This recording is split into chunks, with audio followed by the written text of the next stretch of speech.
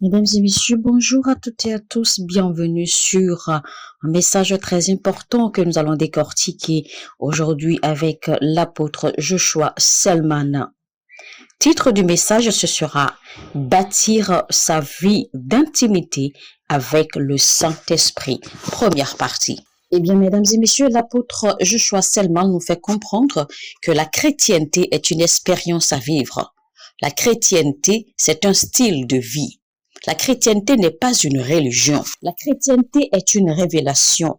C'est une révélation que Jésus-Christ nous a léguée et non une religion. Et c'est un style de vie. C'est la marche par la foi du chrétien. C'était le Saint-Esprit qui a donné naissance à l'Église. Alors non seulement le Saint-Esprit était le Père de Jésus-Christ, mais le Saint-Esprit également a donné naissance à l'Église. C'est pour cela que Jésus-Christ n'avait pas honte de reconnaître et de pointer le Saint-Esprit comme son Père, car il avait l'habitude de dire « Mon Père qui demeure en moi ». Ça veut dire qu'il y a le Père qui demeure en vous et il y a le Père qui demeure dans les cieux. Et c'est pour cela qu'il l'appelle Abba Père. Abba qui signifie ma source, celui qui me soutient. L'on a beaucoup enseigné sur le Saint-Esprit et l'Église. Beaucoup de personnes sont mortes. Beaucoup de ministres de Dieu ou beaucoup de missionnaires sont morts, sacrifiés dans des villages, dans les coins reculés de la terre, au nom de l'Évangile ou encore au nom de passer le message du Saint-Esprit. Mais il y a une chose que nous avons ignorée jusque-là.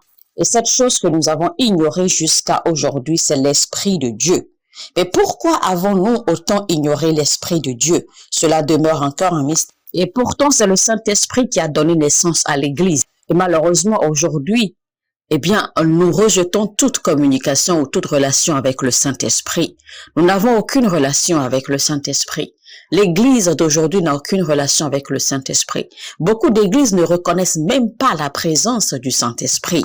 Beaucoup de familles, beaucoup de vies, beaucoup de gens ignorent complètement la présence et l'utilité du Saint-Esprit, alors que c'est lui qui a donné naissance à l'Église de Dieu. Nous allons lire 2 Corinthiens 13, 14. Alors, ma première mission à travers ce message, à travers cet enseignement, c'est de ramener la présence du Saint-Esprit dans votre confiance. C'est de raviver la présence du Saint-Esprit dans votre conscience. C'est de vous faire comprendre que le Saint-Esprit est une personne, qu'il existe et qu'il faut avoir une relation avec. Le Saint-Esprit est un être. Le Saint-Esprit est une personne vivante également, avec qui vous pouvez relater. Et la raison pour laquelle le Saint-Esprit ne se révèle pas généralement tel qu'il est aux gens, c'est parce que nous voulons que Jésus-Christ reçoive la gloire. C'est parce que nous voulons que Dieu et Christ reçoivent toute la gloire. Et je voudrais que vous compreniez ceci. Quand vous entrez dans les dimensions de l'Esprit, vous verrez le Saint-Esprit en personne, comme une personne. Et je sais qu'il vous sera difficile de comprendre ce que je dis, mais prêtez-moi simplement attention et vous allez comprendre. Nous parlons généralement de l'omniprésence de l'Esprit de Dieu partout. L'omniprésence, c'est un fait auquel notre civilisation n'est pas encore habituée, parce qu'il est difficile de croire qu'une personne puisse être omniprésente partout. Il est difficile de croire qu'une personne peut être ici et être là et être là et être là-bas en même temps. C'est pour cela, quand nous parlons de l'omniprésence du Saint-Esprit et de Dieu, il est difficile aux gens de comprendre. Mais voici que l'Éternel Dieu qui a créé l'univers a permis aujourd'hui la technologie de l'Internet pour nous faire comprendre que l'omniprésence est bien possible. Donc, de la même façon que vous pouvez être dans votre chambre et faire passer un message ou en train de faire une activité, peut-être en train de prêcher, et que des milliers de personnes dans le monde entier puissent se connecter simplement à travers leurs appareils électroniques et vous recevoir et vous voir en même temps. Donc, c'est un peu comme vous êtes omniprésent partout, dans plusieurs nations, et plusieurs personnes, des milliers de personnes vous voient et vous reçoivent au même moment. Ça également, c'est l'omniprésence. Mais l'omniprésence du Saint-Esprit est totalement une chose différente. Et c'est ce que nous allons découvrir dans quelques lignes. Donc, l'omniprésence est bien une réalité. Alors, si tu vas me dire qu'il n'est pas possible d'avoir le Saint-Esprit en toi en même temps et que le Saint-Esprit travaille avec toi et que le Saint-Esprit travaille également ailleurs au même moment. Déjà, si déjà avec ton téléphone, tu peux te connecter avec quelqu'un, quelqu'un qui est en mesure de se démultiplier sur les réseaux sociaux et que toi, tu peux te connecter avec cette personne à travers ton appareil électronique. Alors, comment peux-tu dire que la possibilité que le Saint-Esprit soit en toi, que le Saint-Esprit travaille avec toi, que le Saint-Esprit soit également ailleurs au même moment ne soit pas une possibilité? Alors, de la même façon que tu as le promoteur, l'initiateur du Facebook et de WhatsApp sur ton téléphone, même et que tu n'as pas besoin de le voir en personne, tu n'as pas besoin de voir les bureaux de Facebook en personne, mais tu as Facebook sur ton téléphone, donc tu as la représentation du promoteur de ce réseau sur ton téléphone. De la même façon, quand tu donnes ta vie à Christ et que tu es né de nouveau et que tu reçois Christ dans ta vie, eh bien, le Saint-Esprit est transféré en toi. Et c'est le Saint-Esprit en toi qui est la représentation de Christ que tu as reçu. Parce que Christ est toujours assis sur son siège à droite du Père dans le ciel. Mais tu as sa représentation effective en toi à travers la présence du Saint-Esprit qui demeure en toi. Et donc, la réalité que tu as reçu Christ, c'est le Saint-Esprit qui valide et qui certifie cela. 2 Corinthiens 13, 14, j'avais dit, nous allons lire. Que la grâce du Seigneur Jésus-Christ, l'amour de Dieu et la communion du Saint-Esprit soient avec vous tous. C'est ce que dit le verset. Alors, à travers ce message, je voudrais beaucoup plus m'attarder sur la personne du Saint-Esprit. Donc, le verset parle ici de 3 éléments importants. L'amour de Dieu, la communion avec le Saint-Esprit et la grâce de Christ. Déjà, il faut reconnaître que l'amour de Dieu, eh bien, c'est l'expression même de sa générosité, l'expression de sa bénévolence. C'est l'expression de la nature de Dieu à travers et au-dedans des hommes. Donc, voici le message que l'apôtre Paul essayait de passer à travers ce verset en parlant de l'amour de Dieu. Si vous voulez vraiment réussir dans ce royaume de Dieu, eh bien, vous devez avoir l'amour de Dieu qui demeure en vous. Ensuite, il parle de la grâce de notre Seigneur Jésus-Christ.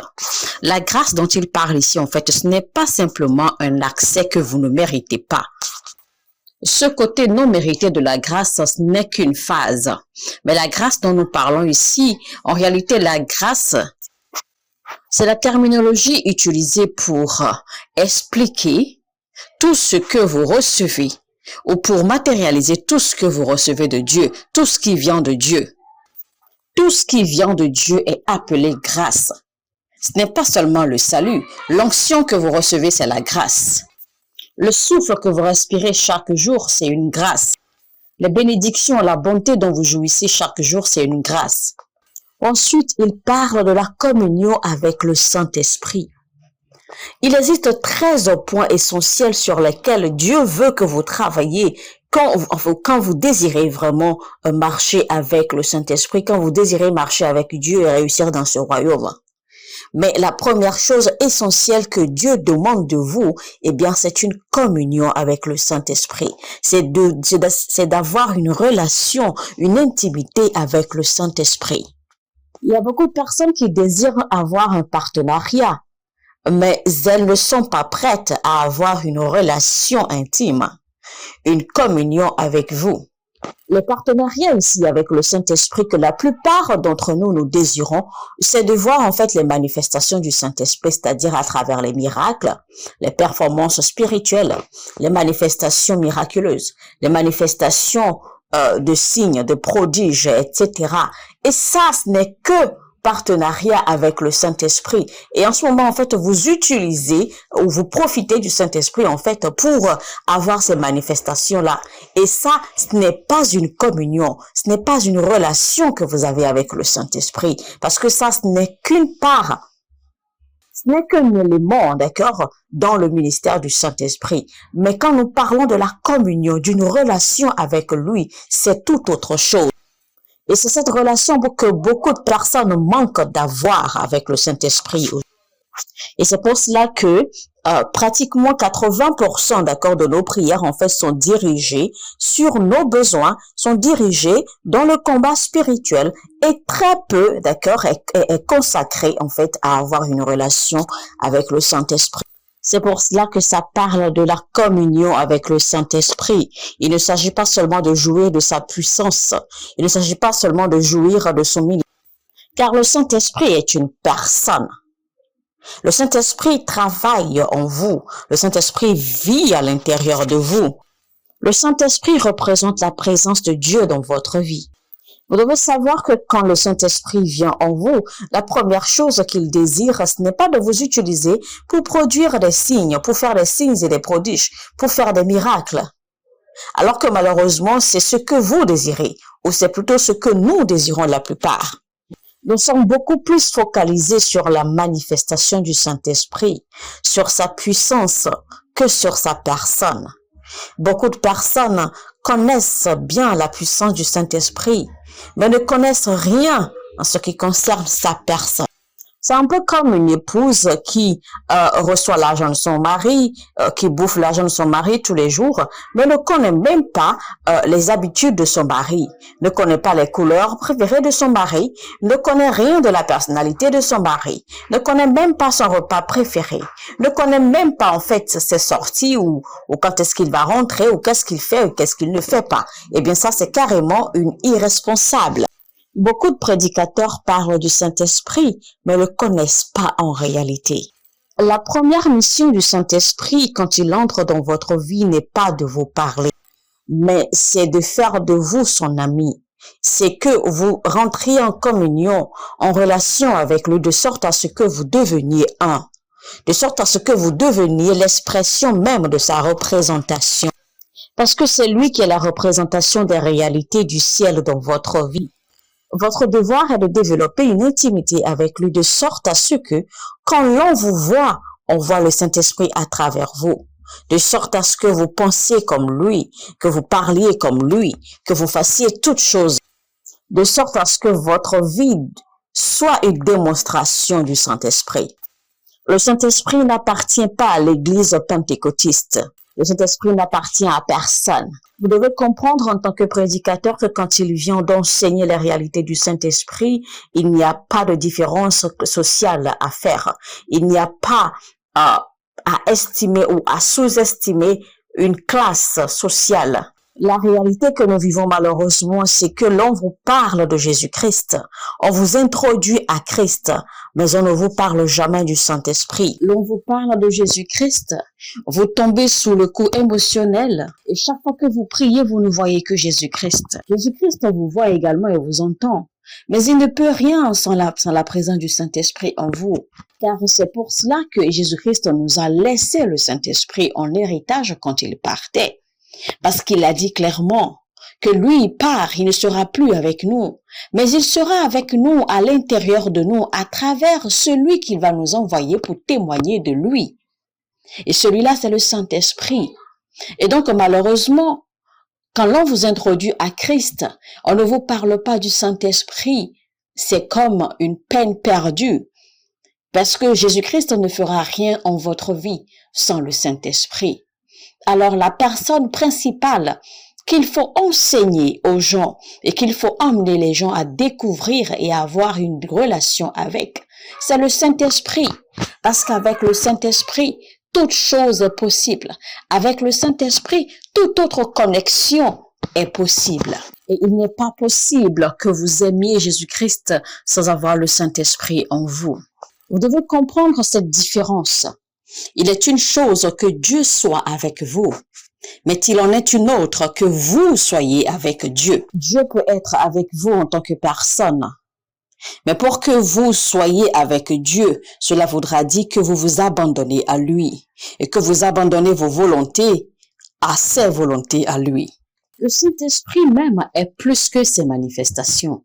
Le Saint-Esprit est plus que ces miracles et ces puissances que nous voyons. Chers prédicateurs, laissez-moi vous dire, travaillez à ce que ces miracles, ces signes, ces prodiges, ces manifestations que vous voyez dans votre ministère soient simplement les dérivés de votre intimité avec le Saint-Esprit. Parce que quand vous devenez un avec le Saint-Esprit, toute chose sera plus facile. Parce que ce que vous ignorez peut-être, c'est que vous pouvez avoir l'onction, mais ne pas connaître le Saint-Esprit. Parce qu'en fait, c'est cela même la réalité. Parce que le Saint-Esprit ne vous refusera pas son ministère. C'est une marque déposée. C'est un peu comme les apôtres, souvenez-vous. Les apôtres n'avaient pas connaissance du Saint-Esprit, mais ils ont quand même pu utiliser la puissance, l'onction du Saint-Esprit, puisqu'ils ont reçu l'onction à travers le transfert. Et donc, ils étaient en mesure de prier pour les malades étaient guéris. Ils étaient en mesure de ressusciter les morts.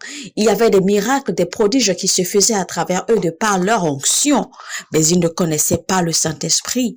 Ils n'avaient aucune réalité, aucune connaissance réelle de lui. De la même façon, chers prédicateurs, vous pouvez bien avoir l'onction et avoir la grâce sans pour autant avoir le Saint-Esprit en personne et qu'il soit en communion avec vous. Et c'est l'erreur que nous commettons dans le corps du Christ aujourd'hui. Beaucoup connaissent la puissance du Saint-Esprit.